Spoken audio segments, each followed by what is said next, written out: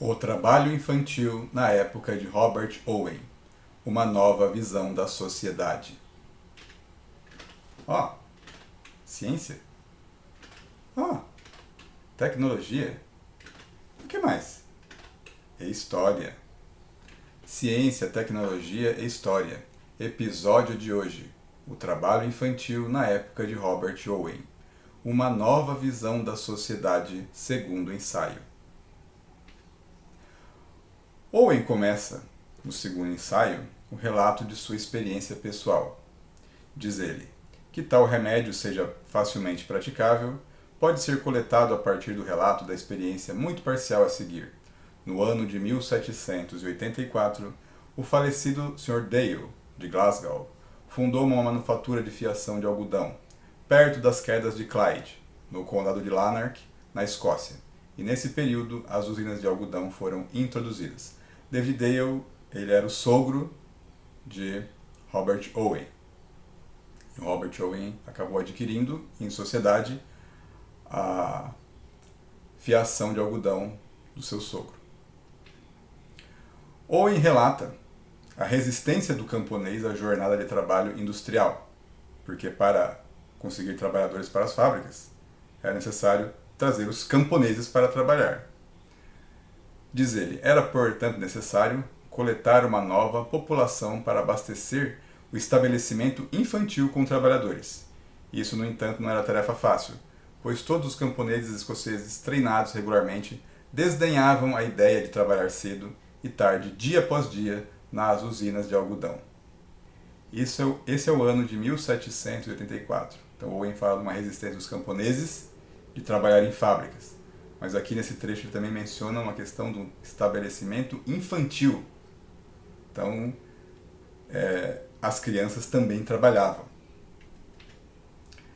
Sobre a resistência do camponês em se tornar operário, nós temos aqui uma menção ao professor Edgar de Deca, historiador brasileiro, que diz o seguinte, introjetar um relógio moral no coração de cada trabalhador foi a primeira vitória da sociedade burguesa, e a fábrica apareceu desde logo como uma realidade estarrecedora, onde esse tempo útil encontrou seu ambiente natural, sem que qualquer modificação tecnológica tivesse sido necessária. Foi através da porta da fábrica que o homem pobre, a partir do século XVIII, foi introduzido ao mundo burguês. Então, o professor Dex está mencionando aqui a transformação do camponês em operário, sendo que a fábrica ela não era uma coisa boa, na verdade, era uma coisa ruim. A fábrica ela introduziu o relógio na vida do camponês. Agora ele tinha que se preocupar com o horário de entrar, horário de sair, e ainda uma jornada longa de trabalho. Owen conta que seu sogro adotou órfãos para serem trabalhadores em sua fiação de algodão. Então, dizia Owen, uma vez que os camponeses eles resistiam em trabalhar na fábrica, restavam apenas dois modos de obter esses trabalhadores. O primeiro, conseguir filhos de várias instituições de caridade públicas do país. E o outro, induzir as famílias a se instalarem nas obras. Então, uma forma de conseguir crianças para trabalharem era conseguirem orfanatos. Outra era conseguir que as famílias morassem perto da fábrica para que seus filhos ficassem perto para trabalhar. O sogro de Owen, ele empregou então crianças, mas ele forneceu a elas educação. Diz Owen, para acomodar a primeira instituição, foi erguida uma grande casa que continha cerca de 500 crianças, que foram adquiridas principalmente em casas de trabalho e instituições de caridade em Edimburgo. Essas crianças deveriam ser alimentadas, vestidas e educadas. Esses deveres que o Sr. D executou com a benevolência incansável que é sabido que ele possuía. Então Owen está elogiando o seu sogro porque ele dava comida, roupa e educação para as crianças. Mas também é interessante observar que as crianças aqui elas são tratadas como se fosse uma mercadoria, porque ele fala que elas foram adquiridas.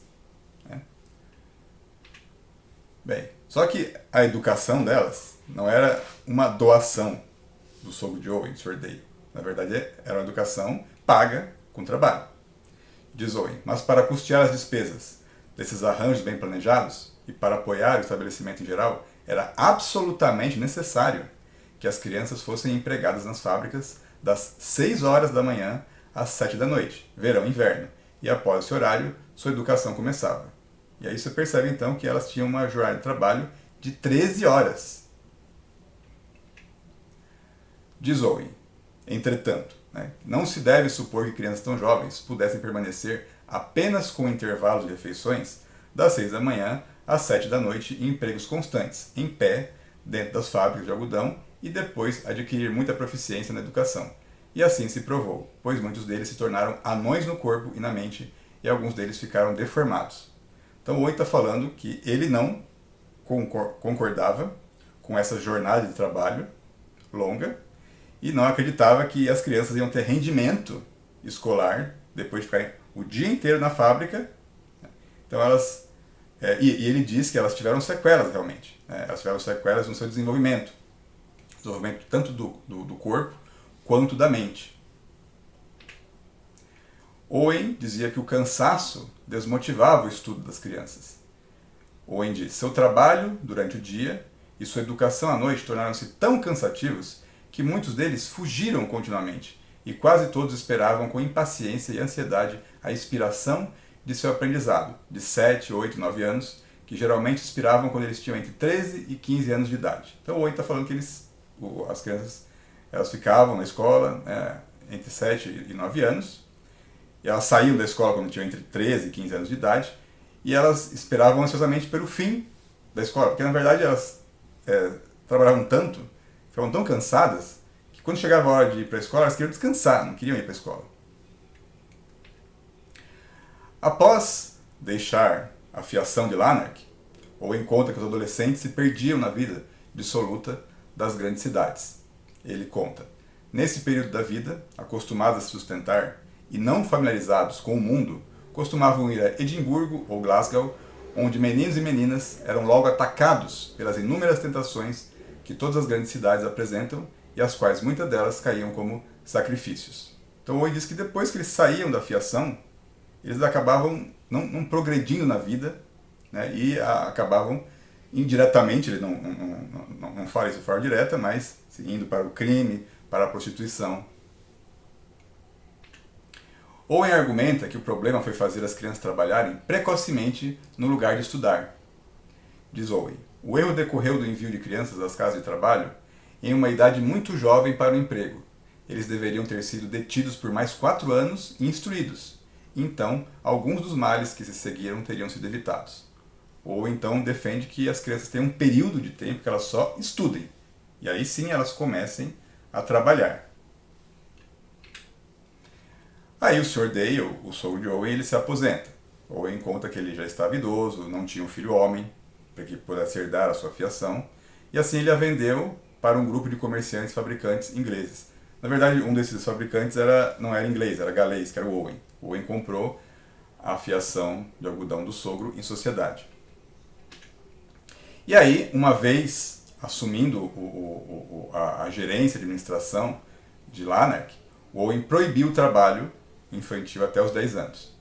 Diz ele: a prática de empregar crianças nas fábricas, com 6, 7, 8 anos de idade, foi interrompida e seus pais aconselhados a permitir que adquirissem saúde e educação até os 10 anos de idade. E de onde veio esse número mágico, 10 anos de idade? Bem, o Owen começou a trabalhar com 10 anos.